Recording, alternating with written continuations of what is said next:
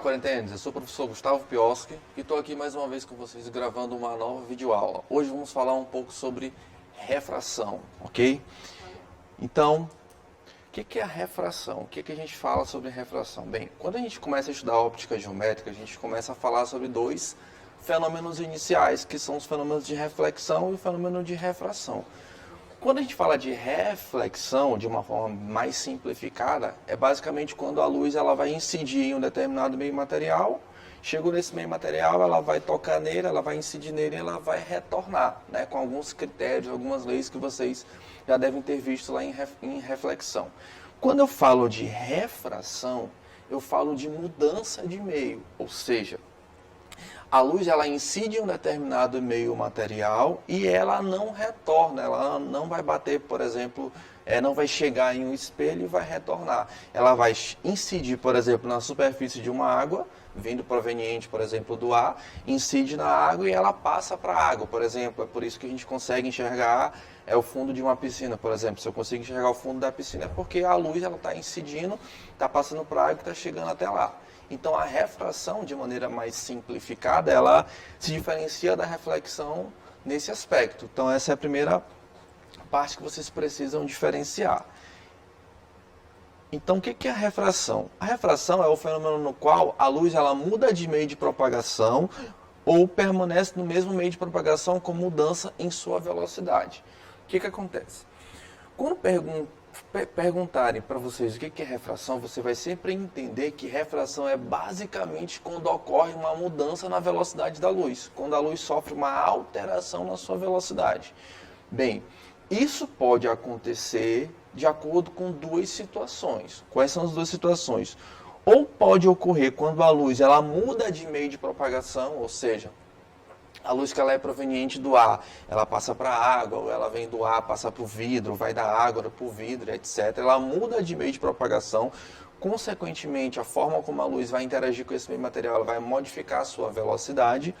E pode acontecer também quando ela permanece no mesmo meio de propagação, só que eu tenho alterações ou modificações nesse meio durante o percurso da luz, que é o que acontece quando a gente trabalha com refração atmosférica. O que é refração atmosférica? É quando a luz proveniente do Sol, ela passa por várias camadas de ar de densidades diferentes e isso vai fazendo com que ela sofra pequenas refrações e a gente tem uma posição, quando a gente observa o Sol, a gente observa ele em uma posição chamada de posição aparente. Por quê? Porque essa luz proveniente dele sofreu algumas refrações, tudo bem? E aí, como consequência dessa refração, a gente pode observar aqui o desvio da trajetória da luz quando a luz incide de forma oblíqua, ou seja, quando ela incide formando um ângulo agudo, vamos dizer assim, que não seja um ângulo de 90 graus. Então, ela vai incidir e vai ter um pequeno desvio, onde esse desvio vai fazer com que a gente perceba algumas coisas do nosso dia a dia. Como, por exemplo, eu coloquei nessas duas imagens, por exemplo, um lápis que está inserido em um copo com água e você percebe que o lápis ele parece estar meio quebrado, né? Isso é porque houve um desvio na trajetória da luz, o que a gente acaba percebendo isso através dessa parte do lápis que ficou meio torta, né, aparentemente. Ou, por exemplo, quando eu enxergo o fundo de uma piscina, né, parece que a piscina era um pouquinho mais rasa do que realmente ela é. Né? Isso ocorre por quê? Por causa da refração oblíqua do raio de luz. Ok? Bem, para entender refração ou para trabalhar a parte matemática, a gente trabalha com uma coisa chamada de índice de refração. O que é o índice de refração? No caso aqui a gente vai falar inicialmente do índice de refração absoluto. Então, o índice de refração absoluto, que eu represento pela letrinha N, de um meio, para determinada luz monocromática, ou seja, a luz de uma determinada cor, de um determinado comprimento de onda, é a razão entre a velocidade da luz no vácuo e a velocidade da luz no meio em questão, que seria o V. Uma velocidade da luz em um meio qualquer. Ou seja, indica quantas vezes a velocidade da luz no vácuo ela é maior do que a velocidade da luz em outro meio. Ou seja, o índice de refração N, ele é a razão, matematicamente falando, ele é a razão entre C, que significa o que representa a velocidade da luz no vácuo, sobre V, que representa a velocidade da luz em um determinado meio. Seja esse meio o ar a água, sei lá, a glicerina, o vidro, né, a gasolina, qualquer outro tipo de meio. Então, o índice de refração ele é a razão entre essas duas coisas aqui, ó, essas duas grandezas iguais. O que acontece? Como aqui eu estou falando da mesma grandeza, velocidade dividido por velocidade, acaba que o meu índice de refração ele passa a ser uma grandeza na física chamada de grandeza adimensional. O que é uma grandeza adimensional? É uma grandeza que não possui unidade de medida, ela é apenas o número dela. Então, o índice de refração vai ser 1, 2, 2,5, 3, não tem unidade acompanhando ela. Por quê? Porque ela é uma grandeza que ela é o resultado da divisão ou da razão entre duas grandezas iguais. Aí eu cancelo as unidades lá. Isso acontece com índice de refração, com coeficiente de atrito, com coeficiente de restituição, né? Com outras grandezas também, ok? E outra coisa importante é que ela vai representar quantas vezes essa velocidade é maior do que essa. Quantas vezes a velocidade da luz no vácuo é maior do que a velocidade da luz em outro meio qualquer. Então, por exemplo, aqui eu coloquei para vocês algumas observações. Então, eu tenho aqui o valor aproximado da velocidade da luz no vácuo, que pode ser próximo de 3 vezes 10 a oitava metros por segundo ou 3 vezes 10 a quinta quilômetros por segundo. É importante vocês saberem isso, porque nas questões de refração elas aparecem muito. Porém, na maioria delas, o valor ele aparece lá como dado da questão. A velocidade da luz no vácuo, que eu represento pela letrinha C, geralmente ela tende a ser maior do que a velocidade da luz no meio. Só que eu coloquei aqui para vocês maior ou igual. Por quê? Porque considera-se, na maioria das questões, que a velocidade da luz no ar ela é próxima ou muitas vezes igual à velocidade da luz no vácuo. Isso acaba acarretando o quê? Esse índice de refração do ar aqui, ó. Então, quando eu volto para a ideia de índice de refração, por exemplo, quando eu quero calcular aqui o índice de refração do vidro, então eu quero calcular o N do vidro, eu pego o C, que é a velocidade da luz no vácuo, e divido pelo V do vidro, ou seja, a velocidade da luz no próprio vidro. Então, por exemplo, quando eu vou trabalhar com o índice de refração do ar, para a maioria dos problemas, considera-se que esse C e esse V eles são iguais, ou seja, que a velocidade da luz no ar ela é igual à velocidade da luz no vácuo. E aí, como elas acabam sendo o mesmo valor, quando eu vou dividir isso aqui vai dar 1. E aí, para a maioria dos problemas, a gente trabalha com índice de refração do ar sendo igual a 1, ok? Uma outra observação, considerando a velocidade da luz no vácuo constante, o índice de refração será inversamente proporcional à velocidade da luz no meio, ou seja, matemática aqui também, ó. Quando eu considero esse C uma constante, né, que ele é uma constante, o N e o V eles acabam sendo inversamente proporcionais, ou seja, aquele que tem o meio que tem maior índice de refração é porque tem menor velocidade, ou o meio que tem menor índice de refração é porque ele tem maior velocidade, beleza? E aqui, o que eu já tinha falado para vocês, que essa é uma grandeza adimensional, né, ela não possui unidade de medida. Bem, aqui a gente tem um primeiro exemplo que é para falar, ver se você de fato entende o que a gente está falando sobre índice de refração, porque ele é de suma importância para você entender todo esse estudo aqui, as aplicações disso que vão vir lá na frente. Então, o que acontece? Exemplo 1. A velocidade de propagação da luz em certo meio é 2/3 da velocidade de propagação da luz no vácuo. Qual é o índice de refração absoluto desse meio? Então, aqui ele não dá para você os valores de velocidade, nem da luz, nem do vácuo. Ele não está dando esse valor. O que ele está dando? Ele está dando uma relação. Ele diz o quê? Que a velocidade da luz no meio, ela vale 2/3 da velocidade da luz no vácuo, aqui, ó, na solução. O que vai acontecer? Eu vou pegar a minha equação, N é igual a C sobre V, e aonde tem o V, quem é o V? É a velocidade da luz no meio em questão que está sendo estudada aí no problema. Então, essa velocidade aqui, ela está sendo 2/3 de C. Ou seja, 2/3 da velocidade da luz no vácuo. Então, 2/3 de C é 2/3 vezes C, né? Então, o que eu faço? Coloquei aqui, ó, no lugar de V, eu coloquei 2/3 de C. Quando você multiplicar isso aqui pelo inverso, o que vai acontecer? Vai ficar como se você tivesse 3C sobre 2C. Aí você vai cancelar o C com C, você vai ficar com 3 sobre 2. Dividindo 3 para 2, você vai ter o valor de 1,5. Ou seja, o índice de refração desse meio em questão, ele vale 1,5. Não possui unidade de medida. Tudo bem? Beleza. Aí, para que nós possamos entender de fato o que é uma refração, existem algumas leis, na verdade, duas leis que vão relacionar essa refração, vão representar, vão caracterizar ela melhor, assim como tem leis da reflexão. Então, inclusive, por exemplo, a primeira lei, ela é uma lei parecida, ou talvez até considerada igual à questão da lei da reflexão. Por quê? O que acontece aqui? Ó. Primeira lei, o raio incidente I, o raio refratado R e a normal, a superfície de separação S, pertencem ao mesmo plano. Ou seja, raio incidente, quando eu falar de raio incidente, eu estou falando de raio de luz incidente, raio de luz refratado e a minha reta normal. Bem, quando a gente fala em reta normal na física, ou simplesmente normal, vocês podem lembrar da força normal que tem lá na mecânica, na parte da dinâmica. Qual é a característica de uma reta normal ou de uma força normal? Ela tem que ser perpendicular ao plano, ou seja, ela tem que ser perpendicular ao ponto onde ela está sendo aplicada, ao ponto onde eu vou traçar isso. Então, por exemplo, quando você pega aqui, ó, você está pegando aqui nessa representação uma superfície, essa superfície aqui, essa superfície está separando dois meios. Quais são esses meios? Não sei, vou chamar de meio 1, vou chamar de meio 2. Aí eu tenho a luz proveniente do meio 1. Que eu chamo aqui de raio I, que representa o raio de luz incidente. Então a luz está chegando aqui, ela bate aqui na superfície de separação e bem nesse ponto as questões não vão colocar para vocês, por exemplo, a normal.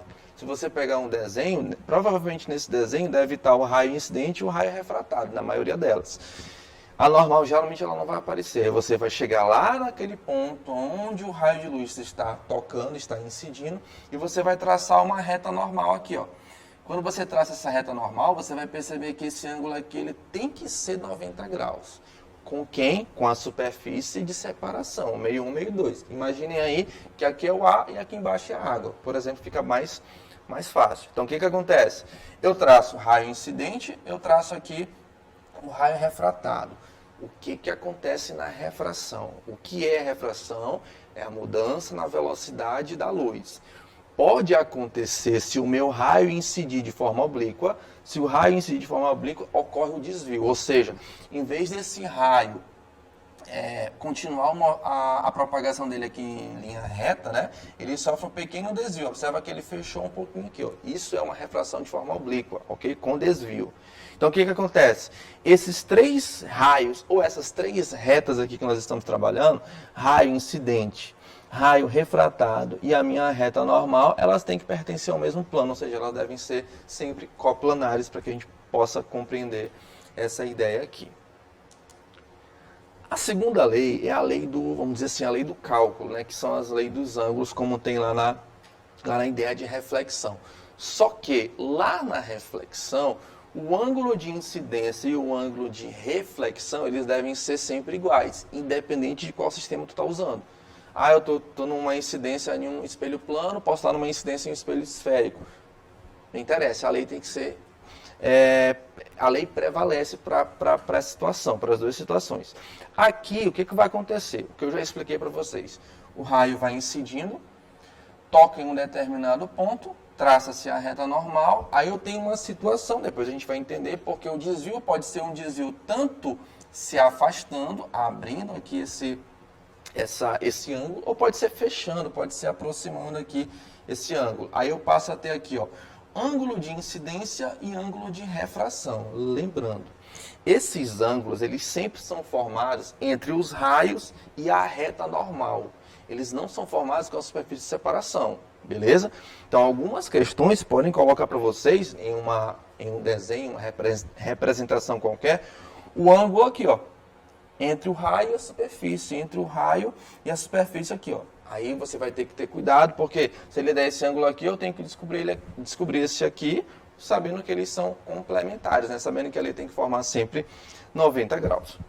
Então, a relação que eu tenho para a chamada, segundo lei da refração, a chamada lei de Snell, é que o produto entre o índice de refração e o seno do ângulo relacionado a esse índice deve ser sempre constante. Ou seja, se eu pegar aqui, ó, N1 vezes o seno do ângulo formado no meio N1, no caso o ângulo de incidência, tem que ser igual ao que acontece do outro lado, ou seja, ao N2 multiplicado pelo seno do ângulo de refração. Então essa ideia aqui desse produto deve ser sempre igual, ok?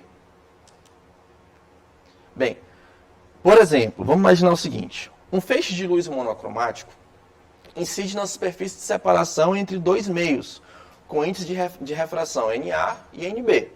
Sabendo que os ângulos de incidência e de refração são 30 graus e 45 graus, respectivamente, determine a razão entre NA e NB. Então eu tenho um ângulo de incidência, ele incidiu com 30 e ele refratou com 45, certo? Então o que vai acontecer? Ele quer calcular a razão entre NA e NB. Eu não quero achar o valor de NA e eu não quero achar o valor de NB. É a razão entre eles. A gente chama de índice de refração relativo, que eu vou já comentar para vocês também. Então, se eu aplicar apenas a lei de Snell, eu vou ter o seguinte. Ó. Bem, ele vai de NA para NB. Então, o ângulo de incidência é de 30 graus. Eu tenho NA vezes o seno de 30. Igual, do outro lado, eu vou ter o NB vezes o seno de 45. Bem, como eu quero saber a razão de NA para NB, né, foi isso que ele perguntou, foi a razão entre NA e NB, seria NA dividido por NB. Então, o que vai acontecer? Eu pego esse NB aqui, jogo ele para cá, pego o seno de 30, jogo para lá. Ficando isso aqui, ó, NA sobre NB, seno de 45 sobre o seno de 30. Então, NA sobre NB vai ser igual seno de 45 graus, vai olhar na tua tabelinha aí, tem que saber a trigonometria, raiz de 2 sobre 2, e o seno de 30 ele vai ser igual a 1 sobre 2, não é isso? Então, quando você cancelar aqui ou multiplicar pelo inverso, conservar a primeira fração e multiplicar pelo inverso a segunda, você vai cancelar 2 com 2, vai ficar raiz de 2 sobre 1, que equivale a raiz de 2. Isso não quer dizer que NA vale raiz de 2, isso não quer dizer que NB vale raiz de 2. Isso quer dizer que a razão ou a relação entre eles é igual a raiz de 2.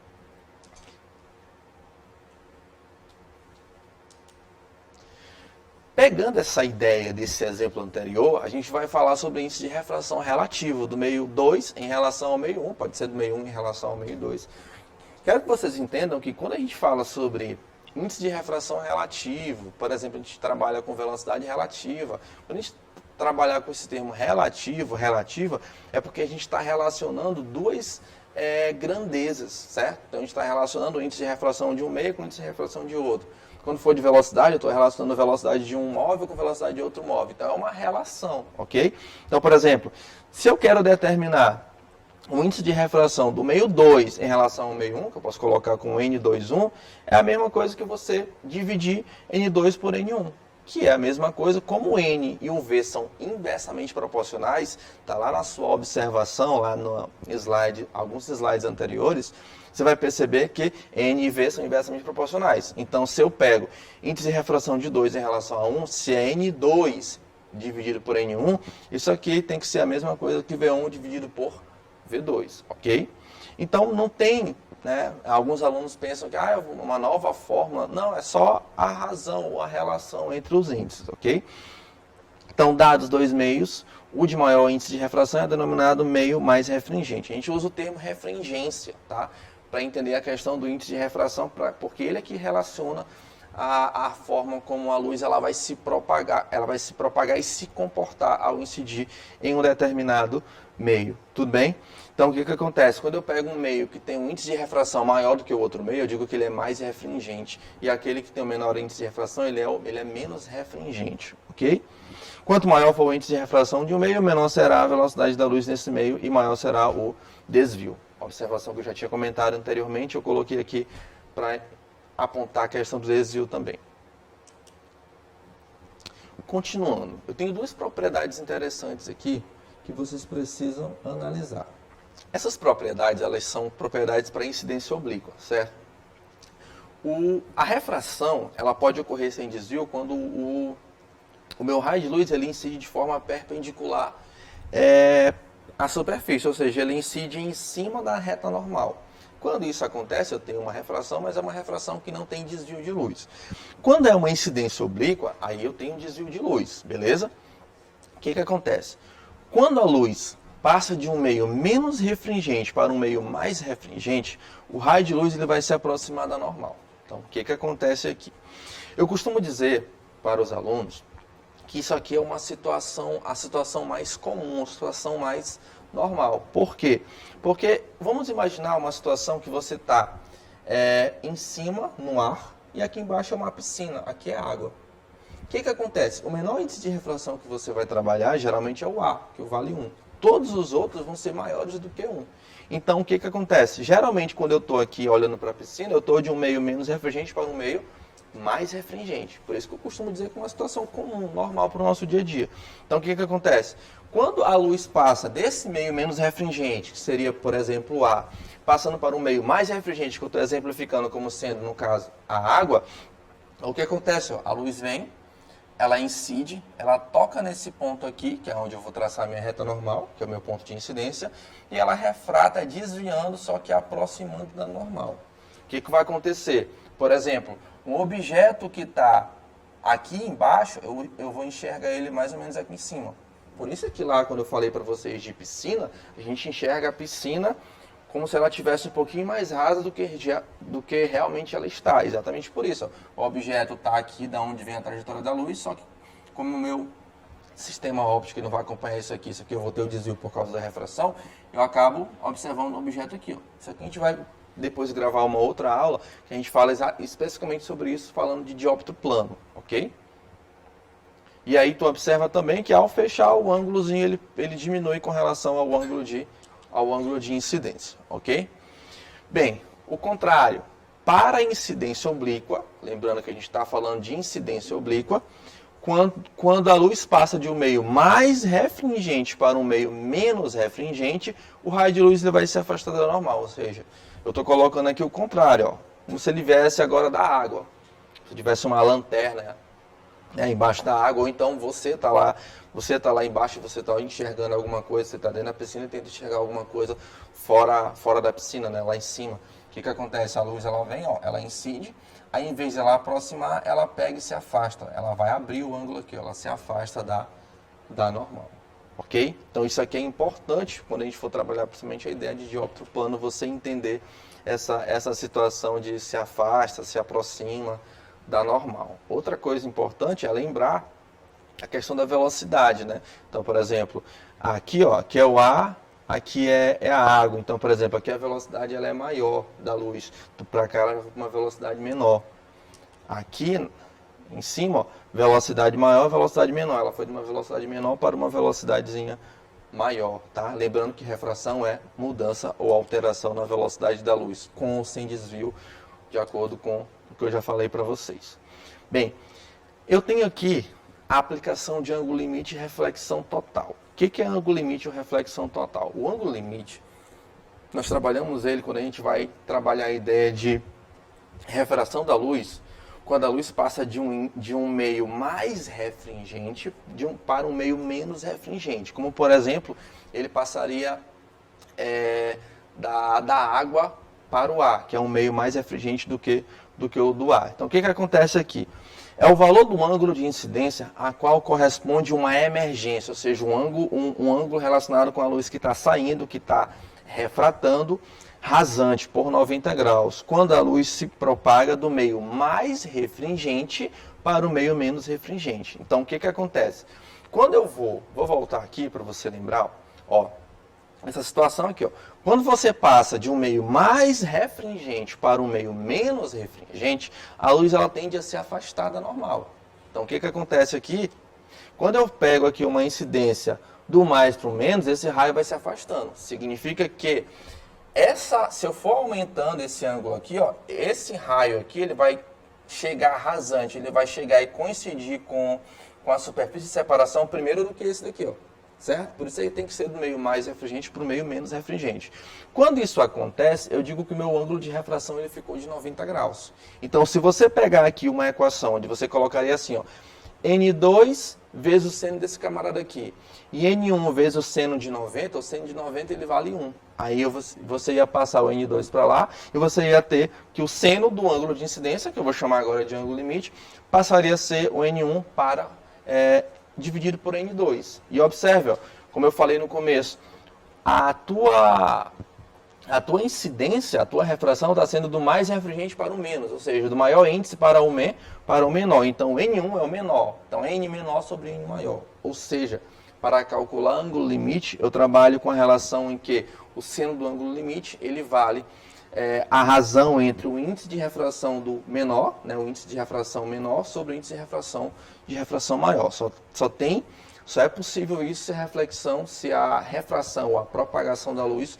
ocorrer do meio mais para o meio menos. Ou seja, consequência disso é a nossa reflexão total. E eu só tenho como ocorrer a reflexão total de duas maneiras. Primeiro, vamos entender o que é reflexão total. A reflexão total é o seguinte: geralmente, na maioria das vezes em que ocorre uma reflexão, ocorre uma refração, esses fenômenos eles ocorrem simultaneamente. Reflexão, refração, até a própria absorção, certo? Então, geralmente, eles ocorrem de forma simultânea. Mas quando eu digo que eu tenho uma reflexão total, é porque ocorreu ali só uma reflexão. E para isso ocorrer, quais são as condições que eu tenho que ter? A luz deve se propagar no sentido do meio mais refringente para o meio menos refringente, e o ângulo de incidência ele deve superar o ângulo limite. Ou seja, vocês lembram aqui, ó, aqui eu estou no ângulo limite. Por que limite? O limite, ó. A refração que vai ocorrer só vai ocorrer até esse ângulo aqui, ó. Se eu aumentar um pouquinho mais, eu não passo a ter mais refração. Se eu aumentar um pouquinho mais e passar do meu ângulo limite, aí eu passo a ter uma reflexão total. Ou seja, a luz ela bate aqui nesse objeto e ela retorna. Ou seja, essa minha superfície aqui, ó, ela está funcionando como se ela fosse agora um grande espelho plano, por exemplo. Então, ele vai bater aqui e vai voltar. Isso aqui, por exemplo, nos dá a ideia do que acontece em cabos de fibra ótica, né? Cabos de comunicação, de internet, né? Ocorre isso naqueles cabos que depois a gente vai ver uma aula específica falando sobre isso, ok? Então, quais são as condições para que eu tenha reflexão total? Bem, a luz deve se propagar sempre do meio mais refringente para o meio menos refringente, e o ângulo de incidência ele deve ser maior, ele deve superar o ângulo limite. Bem, por exemplo, eu tenho aqui, ó, o ângulo limite para uma luz monocromática que se propaga de um líquido para o ar vale 60 graus. Determine o índice de refração desse líquido. Então, ele deu como informação o índice de refração do ar e deu como informação seno de 60 graus. Você nem precisava disso, né? Porque você sabe que o do ar geralmente vai ser 1 e você sabe tabela de valores trigonométricos aí, de seno, cosseno e tangente. Então, quando eu vou calcular o seno do ângulo limite, eu vou calcular o N menor sobre o N maior. Quem vai ser o N menor? Se você tem o A na questão, vai ser o A. Né? Sempre vai ser o menor quando eu relaciono com alguma coisa. A não ser que coloque vácuo e considera-se o vácuo até menor do que o A. Mas é muito improvável isso acontecer nas questões. Aí você vai colocar, ele já te deu o ângulo. O que ele quer saber é o índice de refração do líquido. Então, o ângulo é 60, seno de 60, o N do A é 1, aqui o N do líquido. 160 raiz de 3 sobre 2, você faz meio pelos extremos, o N do líquido vai ser igual a 2 sobre a raiz de 3, que você vai racionalizar a raiz de 3, você vai ficar com 2 raiz de 3 sobre 3, não tendo unidade, porque nós já falamos que isso aqui se trata de uma grandeza adimensional, ok? E para fechar, uma aplicação interessante e importante na questão do ângulo limite da reflexão total é a questão das formações das miragens. Eu tenho certeza que vocês aí, quando estão viajando, já conseguem enxergar lá no final da estrada, lá no final da rodovia, aquela parte do asfalto que parece estar meio molhada, né?